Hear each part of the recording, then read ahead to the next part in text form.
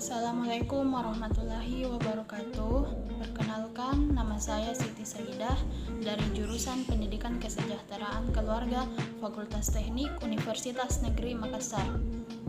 Pada kesempatan ini, saya akan memaparkan materi untuk memenuhi tugas dari mata kuliah Pendidikan Kewarganegaraan dosen pengampu DRSA Aco Agus SH MPD dan Muhammad Asriadi SPD MPD.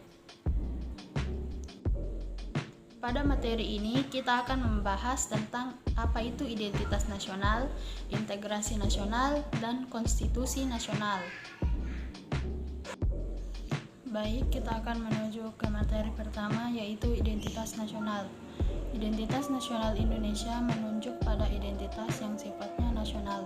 Ciri atau penanda yang dapat membedakan Anda itu dapat disebut sebagai identitas. Secara etimologis, identitas nasional berasal dari dua kata, identitas dan nasional. Identitas berasal dari bahasa Inggris identity yang secara harfiah berarti jati diri, ciri-ciri atau tanda-tanda yang melekat pada seseorang atau sesuatu, sehingga mampu membedakannya dengan yang lain. Istilah nasional menunjuk pada kelompok-kelompok persekutuan hidup manusia yang lebih besar dari sekadar pengelompokan berdasarkan ras, agama, budaya, bahasa, dan sebagainya. Sejarah identitas nasional. Secara historis, identitas nasional Indonesia ditandai ketika munculnya kesadaran rakyat Indonesia sebagai bangsa yang sedang dijajah oleh bangsa asing pada tahun 1908 yang dikenal dengan masa kebangkitan nasional bangsa. Pembentukan identitas nasional melalui pengembangan kebudayaan Indonesia telah dilakukan jauh sebelum kemerdekaan, yakni melalui Kongres Kebudayaan tahun 1918 dan Kongres Bahasa Indonesia tahun 1938 di Solo. Identitas nasional Indonesia meliputi 1. Bendera Indonesia, 2. Bahasa Indonesia, 3. Lambang Negara Indonesia, 4. Semboyan Negara Indonesia, 5. Lagu Kebangsaan Negara Indonesia, 6. Dasar Falsafah Negara, 7. Konstitusi Negara Indonesia, 8. Bentuk Negara Indonesia, dan 9. Sistem Negara Indonesia. Faktor dan unsur identitas nasional. Faktor 1. Primordial, 2. Sakral, 3. Tokoh, 4. Sejarah, 5. Bhinneka Tunggal Ika, 6. Perkembangan ekonomi, dan 7. Kelembagaan. Unsur 1. Sejarah, 2. Kebudayaan, 3. Suku bangsa, 4. Agama, dan 5. Bahasa. Dinamika dan tantangan. 1. Lunturnya nilai luhur dalam kehidupan berbangsa dan bernegara. 2. Nilai Pancasila belum menjadi acuan sikap dan perilaku sehari-hari. 3. Rasa nasionalisme dan patriotisme yang luntur dan memudar. 4. Lebih bangga menggunakan produk luar negeri daripada produk dalam negeri. 5. Lebih bangga menggunakan bahasa asing daripada bahasa Indonesia. 6. Menyukai simbol-simbol asing daripada simbol atau lambang bangsa sendiri dan lebih mengapresiasi dan senang menyanyikan lagu-lagu asing daripada mengapresiasi lagu nasional dan lagu daerah sendiri. Materi kedua yaitu integrasi nasional. Integrasi nasional merupakan suatu hal yang mempersatukan segala perbedaan dalam masyarakat dan menjadikan satu keseluruhan yang tidak terpisahkan, atau menyatukan berbagai kelompok kecil dan menyatukan sebagai satu kesatuan bangsa. Sejarah integrasi nasional.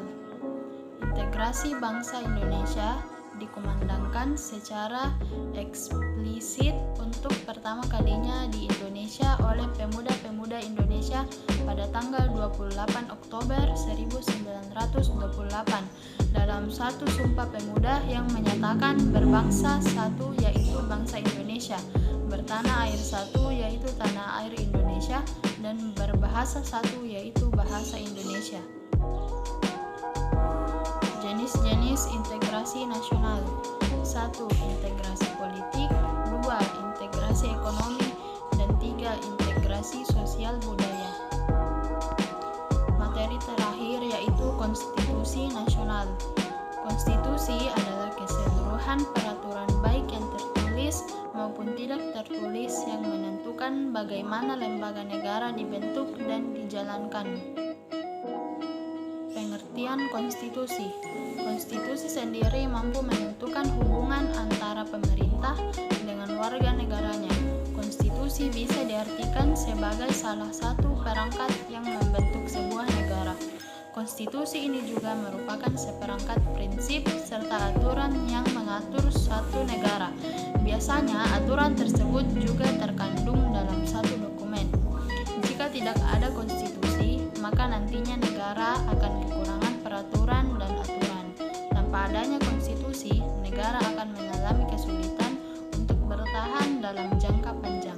Di Indonesia, konstitusi yang dimaksud adalah Undang-Undang Dasar 1945.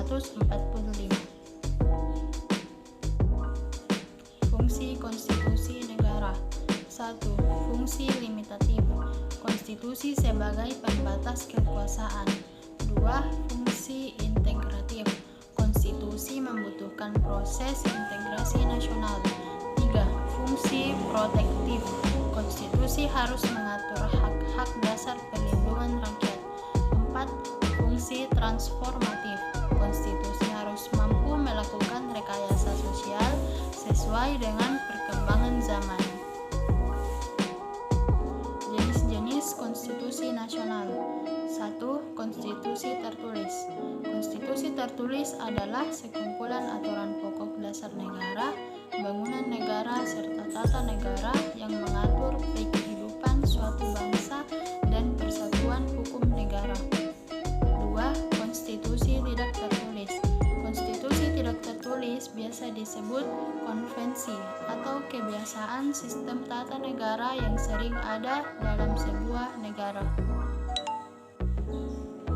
Sekian materi yang dapat saya sampaikan, kurang dan lebihnya mohon dimaafkan. Saya pamit undur diri. Assalamualaikum warahmatullahi wabarakatuh.